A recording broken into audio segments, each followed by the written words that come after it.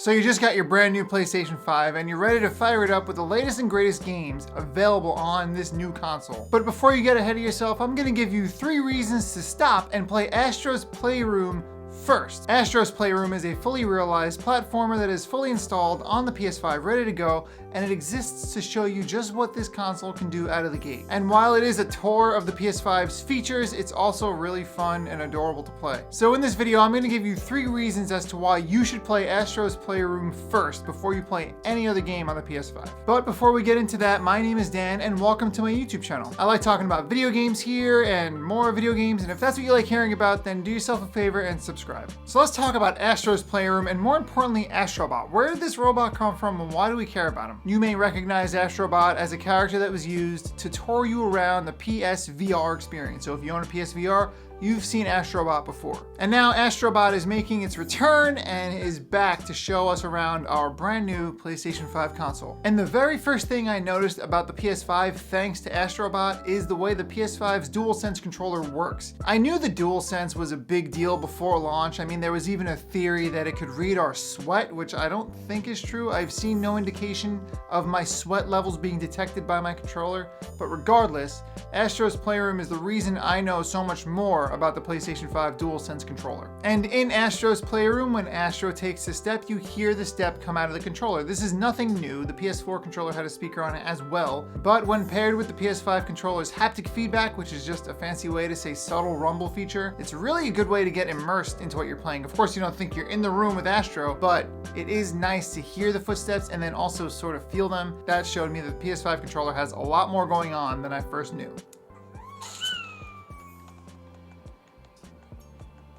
On top of showing us the haptic feedback, Astro's Playroom also shows us how the triggers react to the situations that you're in the game. For example, when you climb into a monkey suit as Astro, you are then tasked to climb a mountain, which sounds easy enough. If you've ever played a video game that involves climbing, you just hold the action button and go up, right? Not exactly. So you see the triggers react to whatever situation the developers deem necessary in the game, and in the case of Astro's Playroom, when you wear one of these suits, the triggers feel different. And in the case of the monkey suit, the triggers feel more like a click, and it also utilizes motion control, so you have to swing Astro around and grab onto a ledge.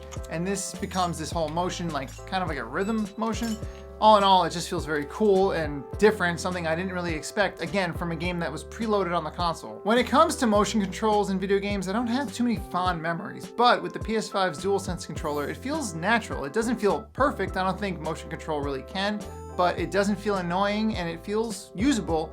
Astro's Playroom does a great job of showing me that the PS5's controller has a pretty decent motion sensor in it. And as I think about it, this controller reacted right away to when I jumped into the monkey suit. There wasn't like a load time for the control, it just responds. I don't know what's in that controller, but it works really well.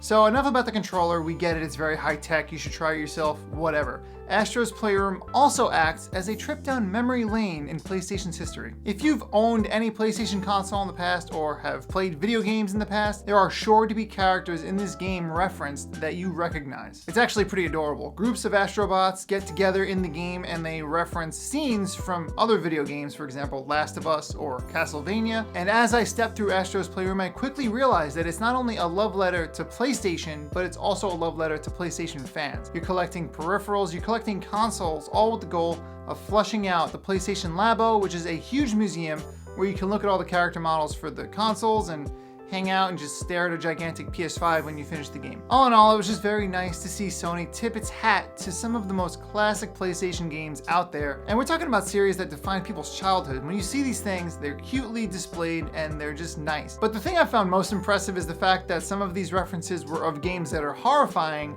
made into cute, robotic playtime, like the Last of Us reference. It kind of is creepy because you know what it's referencing, but it was kind of cute at the same time. Very disturbing overall. And finally, the last reason I think you should play Astro's Playroom first before you play any other PS5 games is that it's fun. And ultimately, I don't think you're going to be disappointed if you play this game a little bit here and there. It's just a good game to visit and explore. And I'm not one to finish games right away when I start them, but something about playing Astro's Playroom first really felt right. I think it was all the PlayStation references. I'm not too sure, but I needed to start my next gen experience with this game for some reason. It just felt like the correct way to start things off for myself. And I think it's the right way that everybody should play their PS5. It is a free game, you know how I like free things, and this is on that list. Astro's Playroom comes with your PS5. It was nice to see Sony prescribe a game as the first PS5 game you should play, given that it's installed on the console. And here's a bonus reason to play Astro's Playroom first. If you like time trials, people are putting together some seriously ridiculous times in the time trial section of this game, so if you're down for that kind of thing,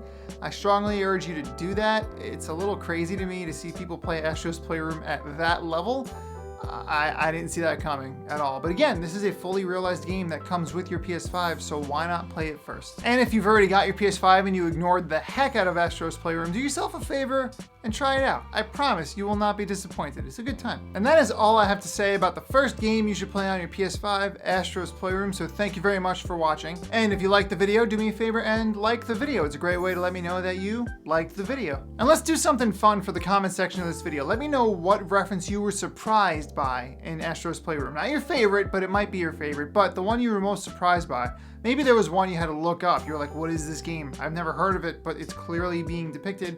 I'd love to know which one you thought was the most surprising in the comments. And you've actually already done the most important thing, and that is watch the video. So thank you very much for doing so. Time is your most valuable asset, and you used it to let me talk your ear off about Astro's Playroom, and I really do appreciate that. So I hope you have a great day. Do me a favor and stay safe, and I'll see you guys in the next video.